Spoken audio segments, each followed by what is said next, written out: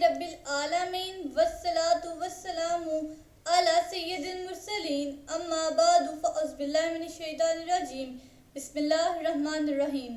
ہماری کسی بھی ویڈیو میں کوئی بھی ایک لفظ بھی آپ ایسا نہ پائیں گے جو اللہ تعالیٰ کے حکم اور اس کے نبی کریم صلی اللہ علیہ وآلہ وسلم کی تعلیمات سے ہٹ کر ہو۔ آپ سے گزارش ہے ہماری ویڈیوز کو آخر تک دھیان سے سنیں، یقیناً آپ کی زندگی بدل جائے گی۔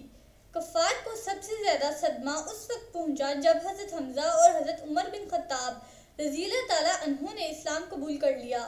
اس چوٹ نے تو ان کو حواس باختہ کر دیا۔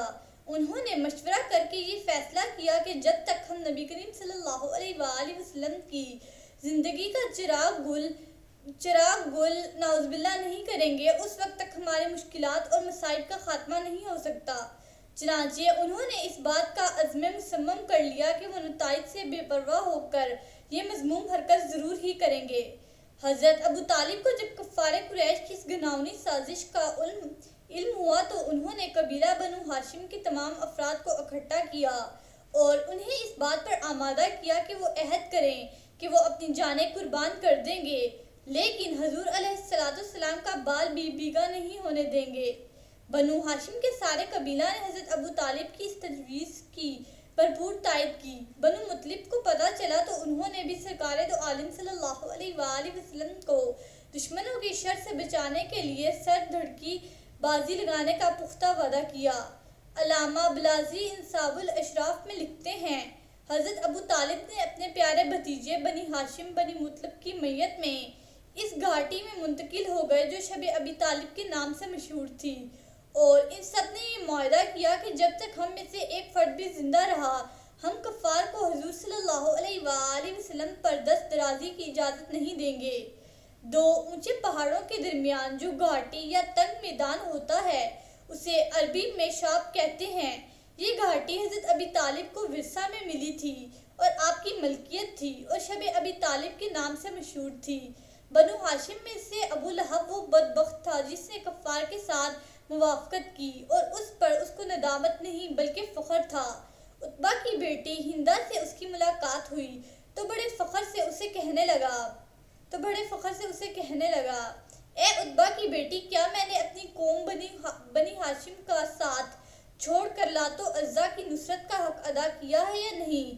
اس نے کہا، بے شک تو نے کیا ہے۔ قریش کی یہ کوشش تھی کہ کوئی غیر قریشی ان کی اس سازش کو عملی جامہ پہنائے اور اس قاتل کی جان پہچاننے کے لیے انہیں اگر بنو ہاشم کو کوئی گناہ خون بہا ادا کرنا پڑے تو وہ بستے مسرت خون بہا ادا کر دیں گے۔ حضرت ابو طالب کو ہر وقت فکر رہتی تھی کہ مبادا کوئی بدبخت ایسا کرنے میں کامیاب ہو جائے، اس لیے وہ ہر احتیاطی تدبیر بروئے کار لاتے اور اس میں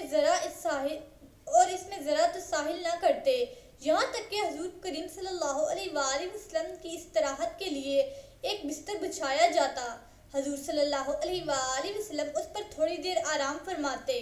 جب لوگ سو جاتے تو مشفق چچا حضور صلی اللہ علیہ وآلہ وسلم کو وہاں سے اٹھاتے اور کسی دوسری جگہ جہاں حضور صلی اللہ علیہ وآلہ وسلم کی شب بسری کے لیے بستر بچھایا جاتا وہاں لے جاتے اور سلا دیتے، اور حضور صلی اللہ علیہ وآلہ وسلم کے پہلے بستر پر اپنے بیٹوں میں سے کسی بیٹے کو یا اپنے بھائیوں میں سے کسی بھائی کو سلا دیتے۔ قریش نے جب دیکھا کہ ابو طالب نے اپنے بھتیجے اور اپنے دو خاندانوں بنو ہاشم اور بنو مطلب کو ہمراہ لے کر شب ابی طالب میں سکونت اختیار کر لی ہے تو قریش کے سارے قبائل کے سردار پھر مشورہ کرنے کے لیے اکٹھے ہوئے تاکہ حضور صلی اللہ علیہ وآلہ وسلم اور حضور صلی اللہ علیہ وآلہ وسلم کے حامی خاندانوں کے خلاف کوئی ایسا متحدہ قدم اٹھائیں جس کی وہ تاب نہ لا سکیں اور از خود گھٹنے ٹیکنے پر مجبور ہو جائیں، یا حضور صلی اللہ علیہ وآلہ وسلم کی اماد و نصرت سے دستکش ہو کر حضور صلی اللہ علیہ وآلہ وسلم کو ان کے حوالے کر دیں اور پھر وہ حضور صلی اللہ علیہ وآلہ وسلم کے ساتھ جو چیز چاہے سلوک کریں۔ ان لوگوں نے طویل غور و خوض کے بعد متفقہ طور پر مکمل سوشل بائیکاٹ کا پروگرام بنایا۔ اس کے لیے ایک معاہدہ لکھا گیا جس پر تمام قبائل کے نمائندوں نے اپنے دستخط ثبت کیے، پھر اس کو ہر قسم کی دست برد سے بچانے کے لیے بڑی حفاظت سے کعبہ شریف کے اندر آویزہ کر دیا گیا۔ علامہ ابن کثیر اس معاہدے کے بارے میں لکھتے ہیں کہ سارے مشرکین قریش ایک جگہ اکٹھے ہوئے اور سب نے متفقہ طور پر یہ طے کیا کہ وہ ان لوگوں کے ساتھ نشستوں برخاست نہیں کریں گے، ان کے ہاتھ کوئی چیز فروخت نہیں کریں گے، ان کے گھروں میں قدم نہیں رکھیں گے جب تک یہ لوگ رسول اللہ صلی اللہ علیہ وآلہ وسلم کو نعوذ باللہ قتل کرنے کے لیے ان کے حوالے نہ کر دیں، اور بنو ہاشم کے ساتھ ہرگز صلح نہیں کریں گے اور ان پر ذرا ترس نہیں کھائیں گے کہ یہاں تک کہ وہ حضور صلی اللہ علیہ وآلہ وسلم کو ان کے حوالے کر دے تاکہ وہ نعوذ باللہ حضور صلی اللہ علیہ وآلہ وسلم کو شہید کر دیں۔ بسم اللہ الرحمن الرحیم۔ صلی اللہ علی حبیبہ سیدنا محمد وآلہ وصحبہ وسلم۔ اس درود پاک کے بے شمار فوائد ہیں۔ اس درود پاک کو کثرت سے پڑھنے والے کو دین و دنیا میں کسی چیز کی کمی نہیں رہتی، سکون قلب کی دولت سے مالا مال ہو جاتا ہے، دشمن دوست بن جاتا ہے۔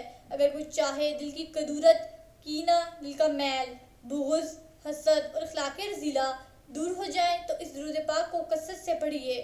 This درود has numerous benefits. There is no lack of anything in the religion and a word for reciters.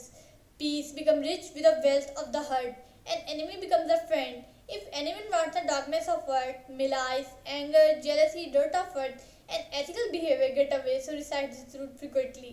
سیرت النبی صلی اللہ علیہ وآلہ وسلم کا یہ سلسلہ جاری رہے گا۔ حضرت محمد خاتم النبیین صلی اللہ علیہ وآلہ وسلم کی حیات طیبہ کا ہر ایک پہلو بیان کیا جائے گا۔ آپ سے گزارش ہے ہمارے ان ویڈیوز کو دیکھتے رہیے۔ اللہ تعالی ہمارا اور آپ کا حامی و ناصر ہو۔ شکریہ۔